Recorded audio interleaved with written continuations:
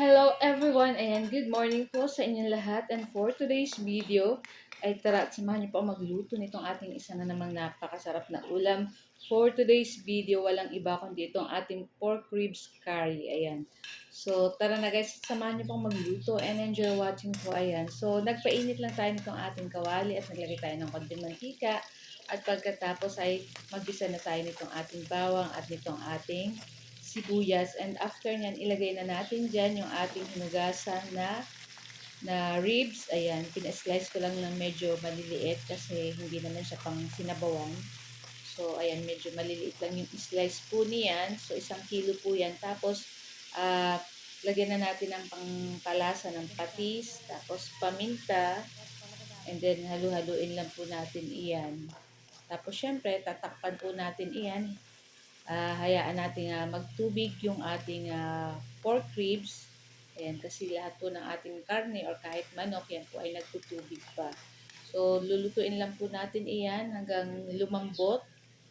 Before that, naglagay po pala ako ng liquid seasoning para na rin sa ating pampalasa. So, tansya-tansya na lang po yung paglagay ng ating mga pampalasa. At kayo na rin pong bahala kung ano pong gusto nyo ilagay. So, tinakpan ko lang yan.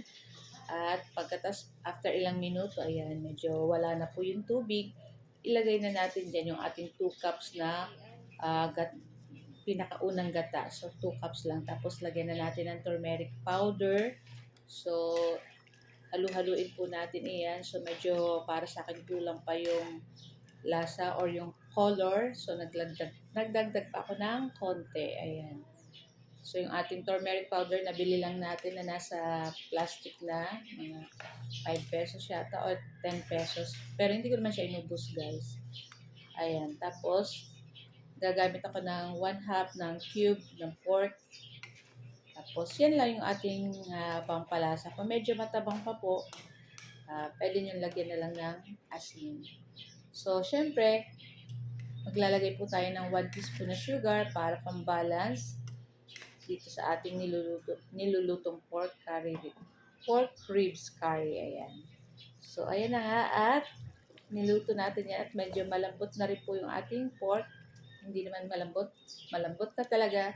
So, ilalagay na rin po natin dyan yung ating patatas. So, gumamit ako ng 2 pirasong patatas at pig-slice ko lang po ng katulad ng ganyan.